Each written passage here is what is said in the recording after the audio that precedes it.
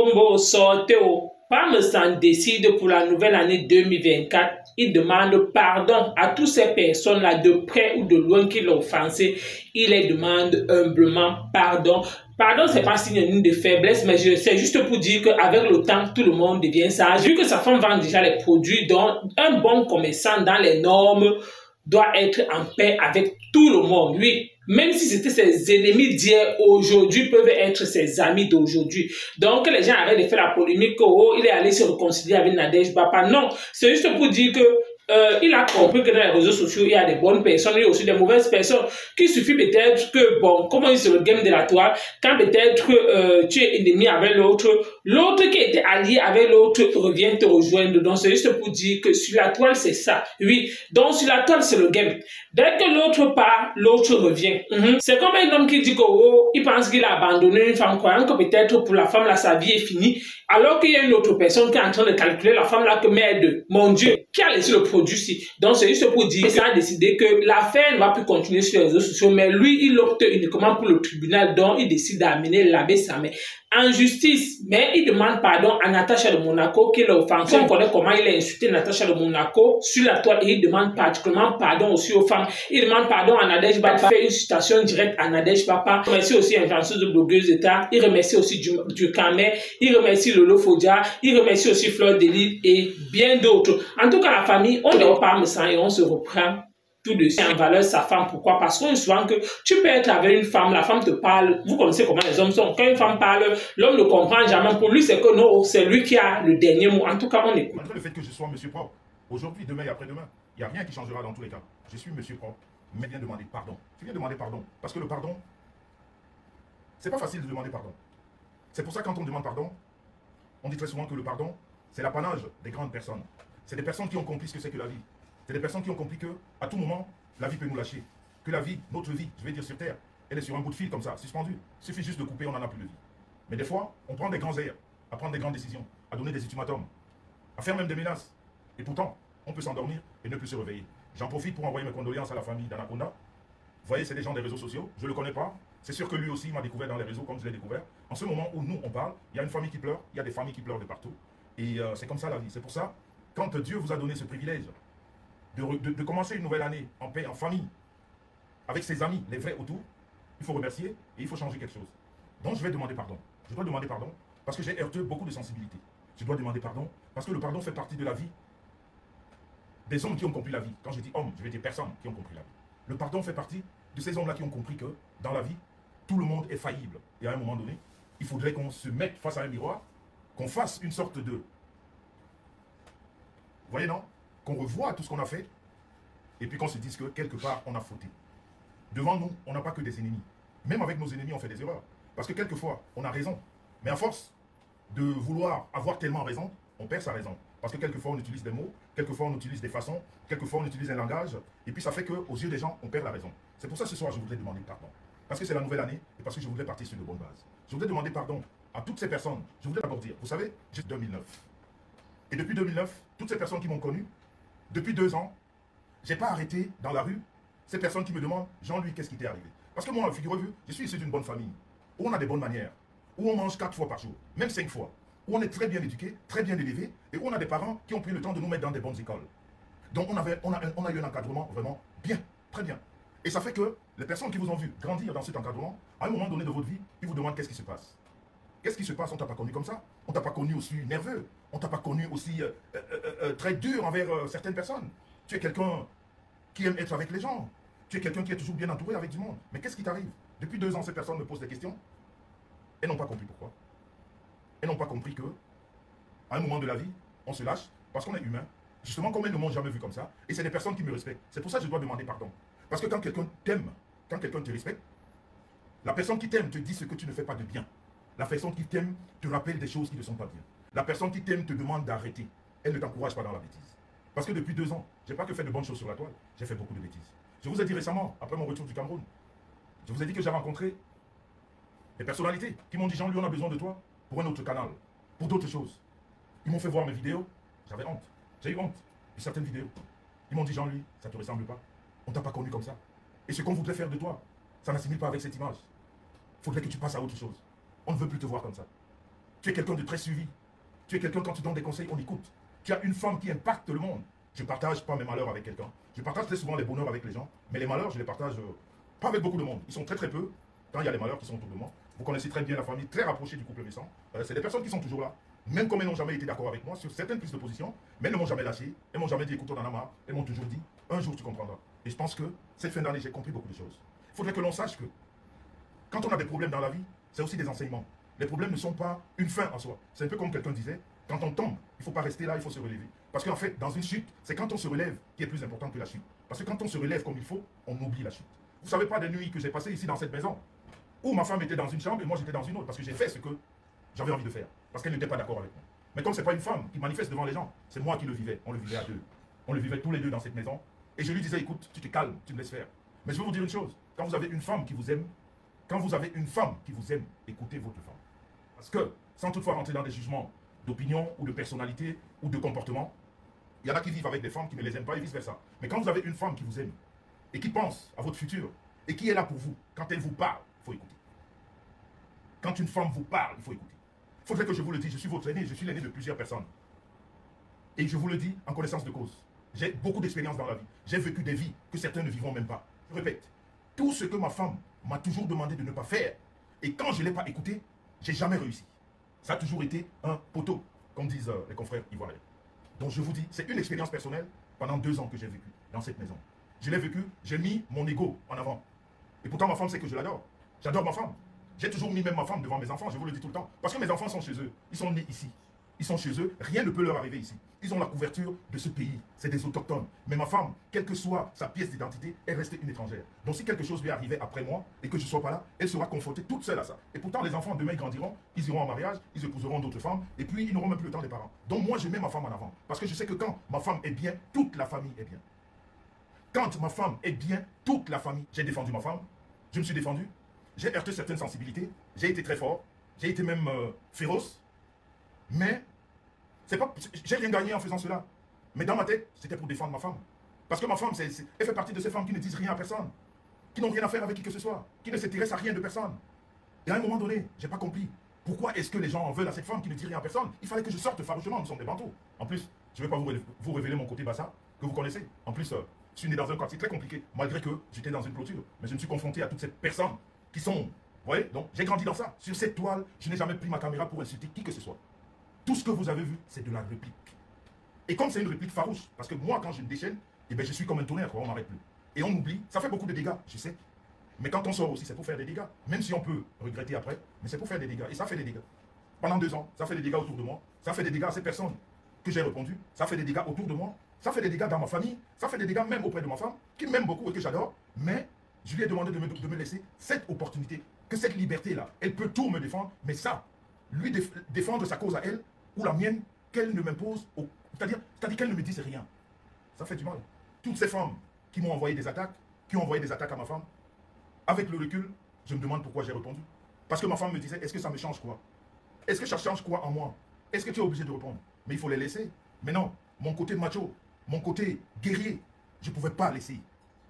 Parce que je me disais que de toute façon, on est à une ère où on dit l'égalité des sexes. Alors l'égalité des sexes, ça veut dire que quand une femme t'insulte, que tu l'insultes.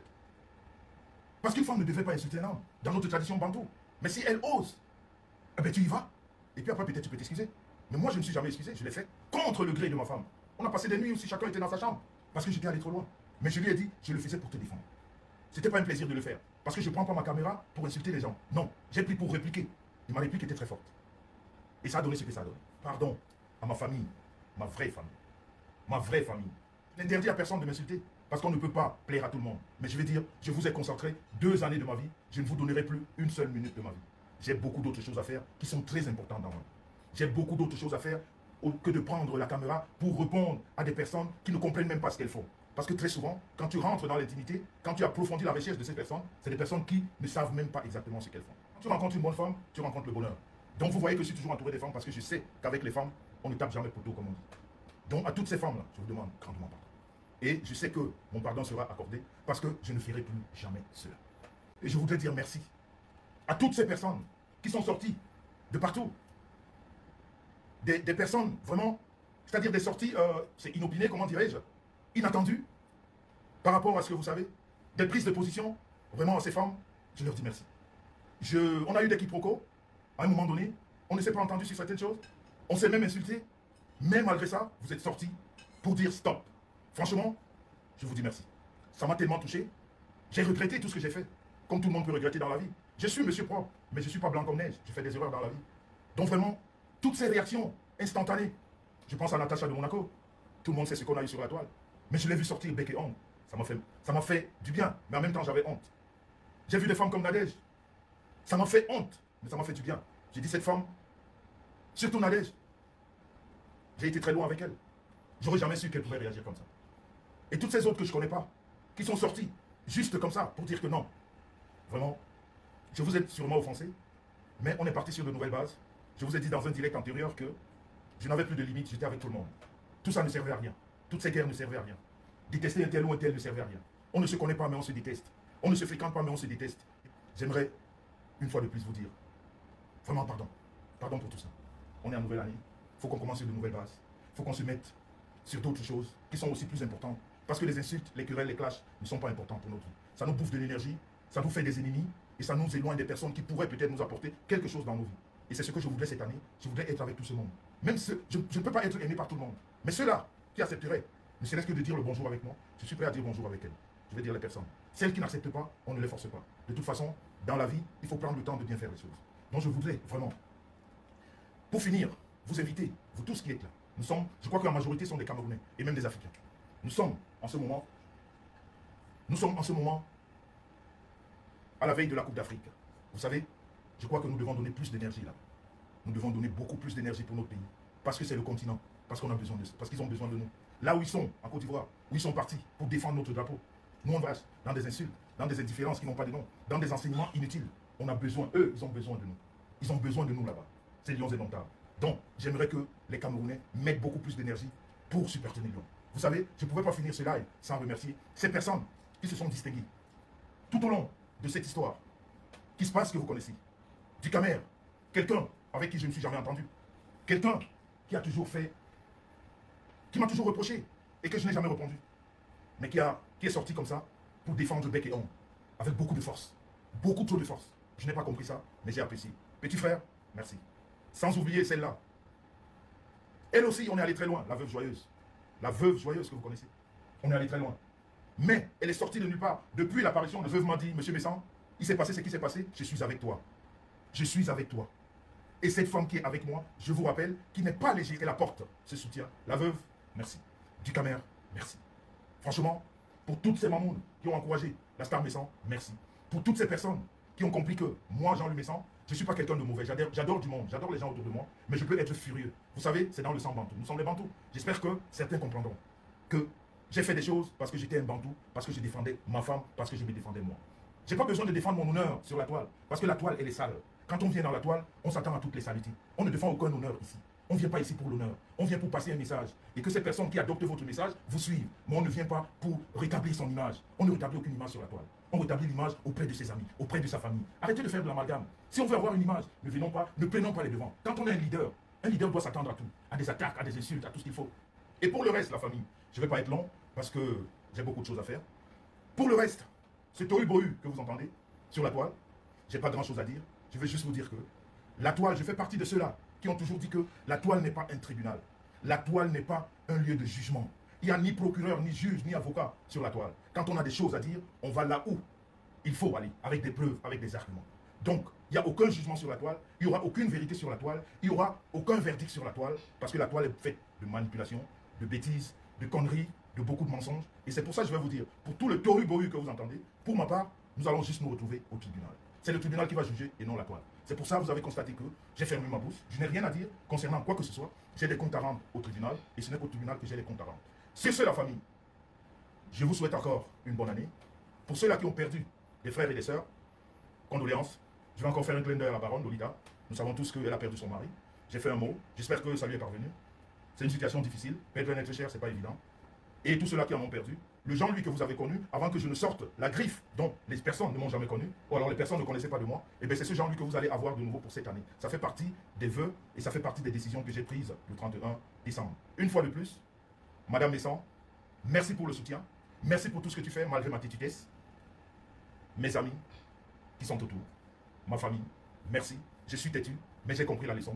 Je ne ferai plus à ma tête. Et pour finir, écoutez vos femmes.